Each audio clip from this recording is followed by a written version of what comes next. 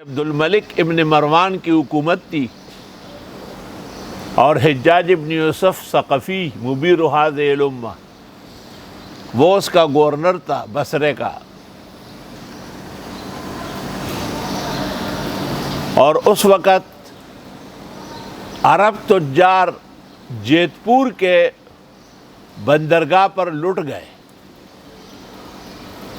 اور ان کے ساتھ ناروا سلوک کیا گیا، اور ایک خاتون وہاں پر فریاد کر رہی تھی کہ واہ ہمارے گورنر کو خبر مل جائے۔ حجاج ابن یوسف بے شک زوراور بھی تھا، وہ بہت کچھ تھا، لیکن وہ اپنے مسلمانوں کے حق میں انتہائی درجے کا رحیم کریم بھی تھا۔ مورخین کہتے بلازری نے فتوح البلدان میں لکھا ہے کہ حجاج ابن یوسف نے فجر کی نماز پڑھائی اور محراب کے پیچھے سے فریادیں آ رہی تھی۔ اس نے آواز پر کہا لبیک، میں حاضر ہوں، مجھے موقع ملتے ہی آپ کو ظلم سے چھڑاؤں گا۔ اس کے بعد بندرگاہ پر جہاز آ کے رکا، وہاں سے بھی لوگ اترے اور بین کرتے رہے واویلا و ماتم کے عرب تجار کے ساتھ ہندوستان کے فلاں فلاں بندرگاہ پر بڑا ظلم ہوا ہے۔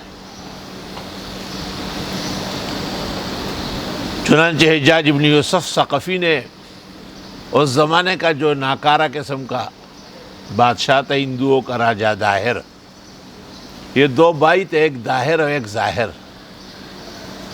اور ہندوستان آدھا ایک کے پاس تھا آدھا دوسرے کے پاس۔ راجہ داہر کو خط لکھا اور کہا کہ آپ کے ہوتے ہوئے آپ کے ملک میں مہمان تجار بے عزت و بے آبرو کیے گئے، فوراً ان کے بے عزتی کرنے والوں کو گرفتار کرو اور ان کے ساتھ ظلم کا بدلہ لو اور مجھے خبر دو۔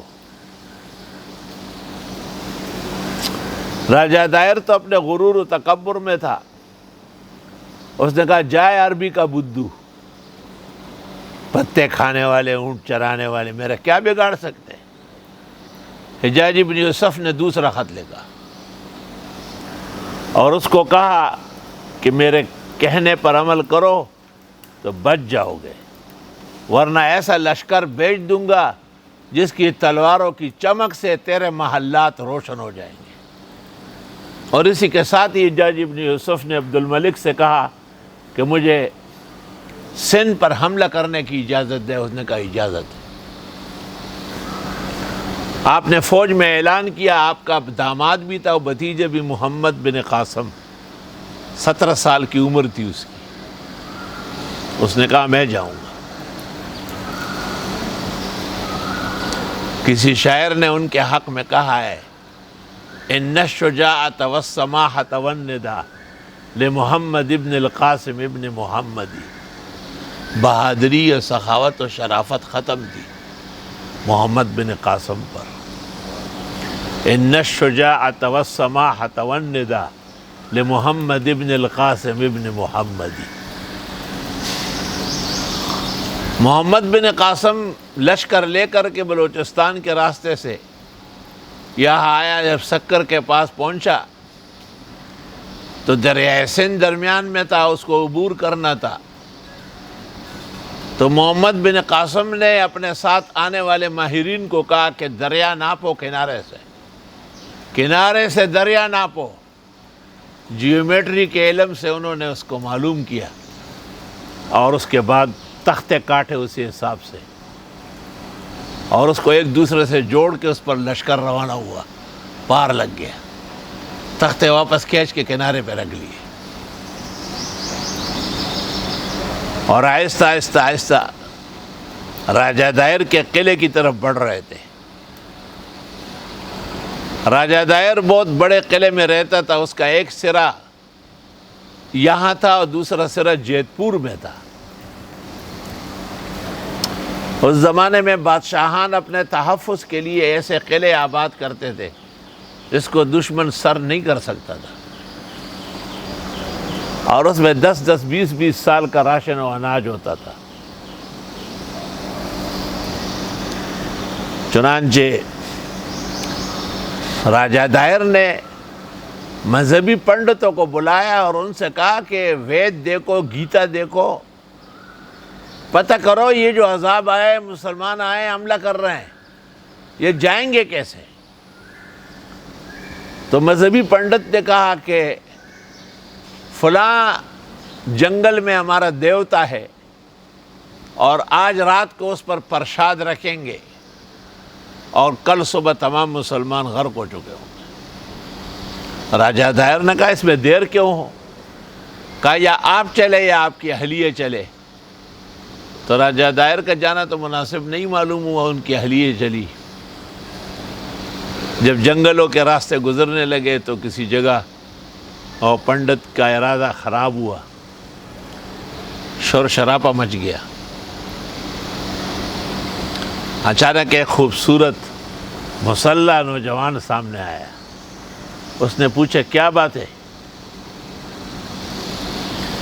خاتون نے کہا میں راجہ دائر کی بیوی ہوں، یہ ہمارا مذہبی آدمی ہے، اس نے کہا کہ ہم فلاں دیوتا کا پرشاد کریں گے اور پھر اگلے دن مسلمان غرق ہو جائیں گے، اب یہ آیا ہے اور میری بے عزتی کر رہا ہے۔ دو روایت، ایک یہ کہ اس کی گردن اڑا دی، دوسرا یہ کہ اس کو کہا اگر مذہبی لوگوں کا قتل جائز ہوتا تو واجب القتل ہے۔ اور خاتون نے پوچھا کہ آپ کون ہیں؟ کہا میرا نام محمد بن قاسم ہے۔ کہا وہ جو اس لشکر کا سپہ سالار ہے؟ کہا بالکل۔ کہا یہ کیوں؟ کہا آج رات کو میری ڈیوٹی تھی چوکیدارہ کرنے کی، حفاظت کرنے کی۔ کہا ایسا کرے کہ مجھے میرے شہر چھوڑ آئے، میں تو خود نہیں آ سکتی، یہ مجھے لے کے آیا تھا ناکارہ پنڈت۔ اور جب شہر لے گئے تو کہا کہ یہ بڑا قلعہ ہے، اس کے اندر قلعے میں لے گئے تو کہا کہ سامنے کمرہ جو ہے نا اس میں میں اور راجہ دائر دونوں ہوتے ہیں، اور یہ دریائے سندھ میں کھلتا ہے پیچھے سے، میں 2-3 دن منت سماجت کروں گی، وہ مان جائیں گے، نہیں مانے تو آپ پھر اس کھڑکی سے داخل ہو جائیں، ویسے آپ قلعے کو فتح نہیں کر سکتے۔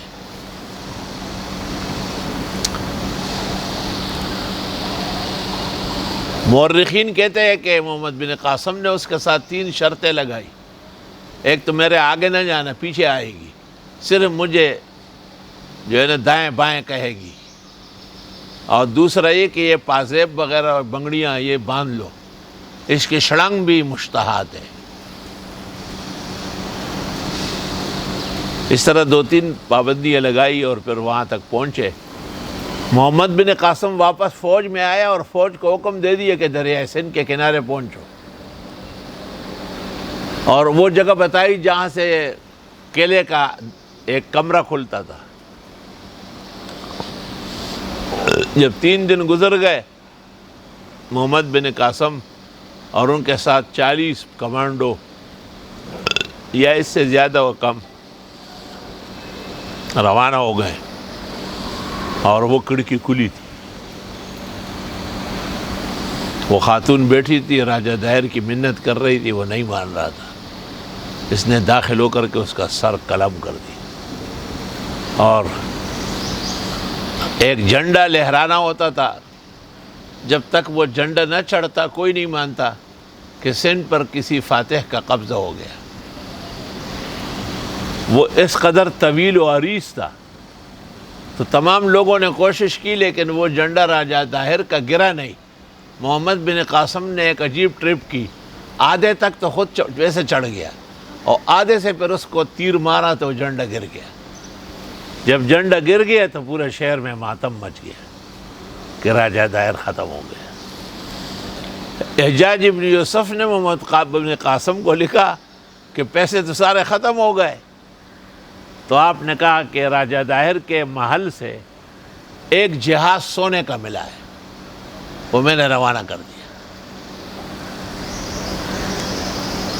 اور محمد بن قاسم نے بصرے کے گورنر کو کہا کہ مجاہدین کی فوجیوں کے ہاضمے خراب ہے، سندھ کی آب و ہوا خشک ہے، پانی بھی کھا رہا ہے،